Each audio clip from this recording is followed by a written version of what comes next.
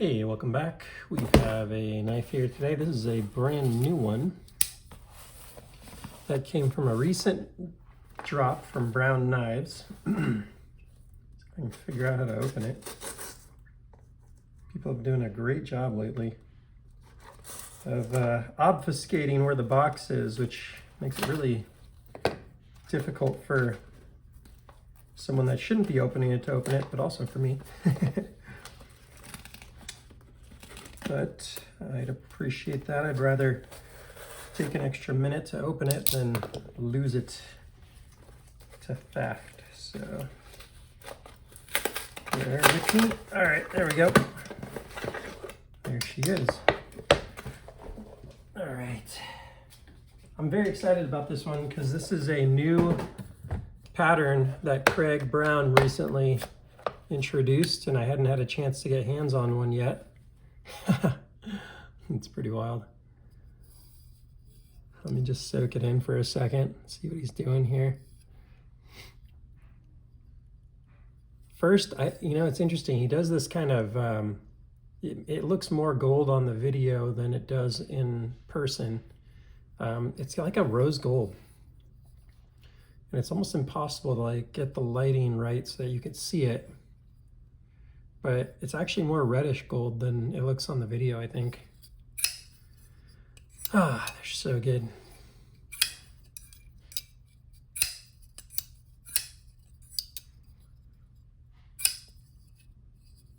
That's sweet. Such a cool knife. So this is number 388. I have to look it up and see what the voltage is, or maybe, no, I don't think it says on the certificate of authenticity. Maybe it does. CPM 154.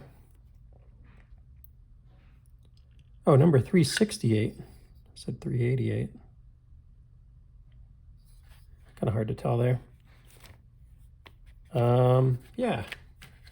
So I have one that looks a lot like this. Let me see if I can find it really quickly. It's actually one of the first FSDs, first 54 FSDs that were made. Well, it was probably about 60 at this time because he does prototypes. But I'm pretty sure that's the same, almost the same voltage, if not the same voltage. I didn't even realize it when I got it, but they both have the same hues of red in there. Gosh, I really want to try and get some light on it so you could see it better. Maybe that does it. That show up better? Maybe. But yeah, it has these hues of red in there that are pretty cool. I don't know how he's doing that. I don't know if it doesn't say a double voltage on the website, I don't think. But it's kind of interesting how it looks. He figured out something kind of cool when he did these. And that also gives a little size proportion, by the way, of the mini. I mean, it is I've sold a couple of these full-size ones lately just because I have so many in the collection. It was just like, I got a couple more recently and had some redundancy, so I let a couple go. People are shocked every time they get this thing to see just how big it is. Also, I notice, I think he changed up the way he does the grind a little bit along the way.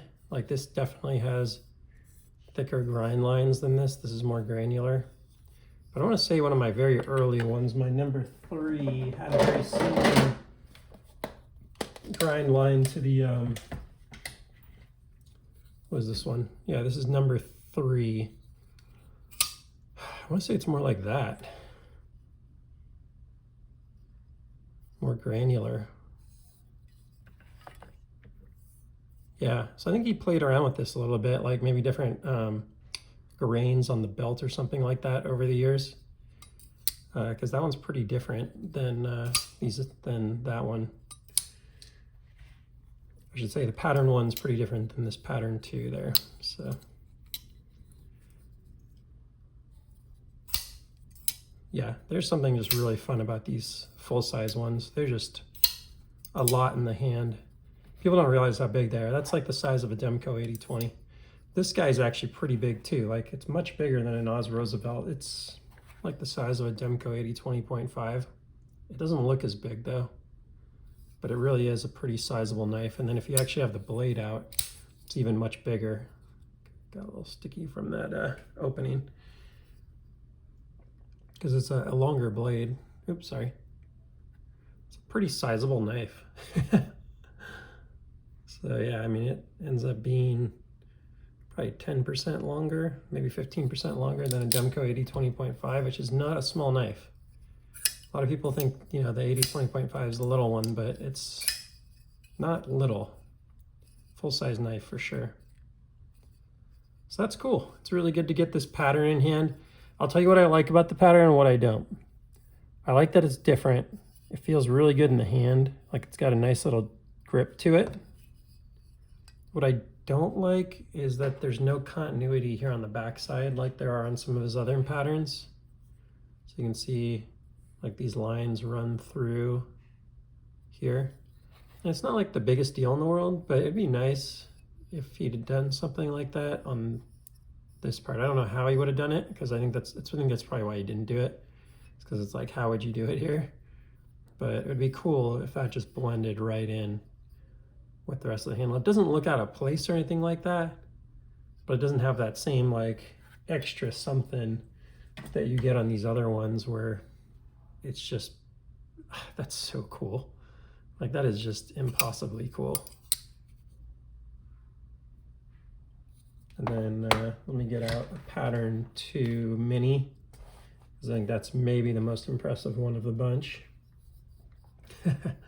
That's crazy how the horizon or sunrise or whatever you want to call it just goes right through the clip there. Yeah, that's like the one thing I'd say about this that's not quite as cool as some of these others. I think he's calling this pattern 3, and then he does have the, which is really neat, he has the catching just a little bit of sharpness on some of these edges. This one feels like a little less sort of refined than these other ones. A little sharp on all these edges. It's kind of weird. Even on the button a little bit. Don't think I've ever felt that before on any of his other knives. He's been cranking these out though. I mean, he started in October, we're in June now. October, November, December, January, February, March, April, May, June. So he's 10 months into this model, and he's just, I think, probably sent out his 400th model, 400th. So he's cranking out like more than one a day, which is pretty damn impressive, I have to say. But yeah, take a look at that kind of difference here on these pocket clips, and that's sort of what I'm talking about. And these all have the continuity, and this one doesn't quite, so not the biggest deal in the world, but food for thought. All right, let's put some of these guys away.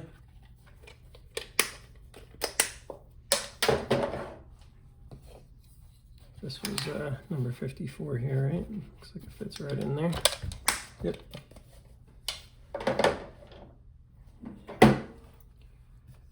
And this is actually one that I've started carrying. I won this on a drop, and yeah, it's been pretty cool to get to carry a local made knife.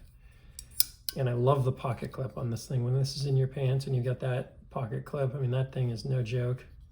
Really cool. I'm not really too worried about snails on it too, the way it looks and stuff. It's like if it got a little marred up, you're not gonna really notice, because this one's kind of a dark washed finish. So it's pretty neat. Yeah, this is a wild one for sure. It's very copper looking to me. That's kind of the copper, brass, copper. It's kind of copper looking to me. That's the impression I get when I'm seeing the colors. So if on the video it looks more brass, then you'll definitely know the coloring's not coming through correctly, because it's, see if I can reflect it at the camera and the way it's hitting my eyes. I don't know how to show those colors properly on here. Maybe I need to zoom in.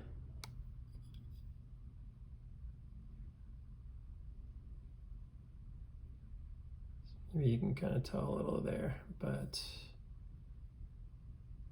it's really got like a coppery, not quite the color of a penny, but definitely in the in that zone. But it really doesn't seem to look like that. It looks more gold on the camera there. So yeah, neat knife. Not sure if this one's a keeper for me, candidly. So if you see it and you love it, feel free to hit me up and maybe I'll make you a deal on this one. Be cool to get one of these mini FSDs into the channel's hands at a reasonable price. So let me know. Please like, subscribe, and I'll see you on the next one. Take care.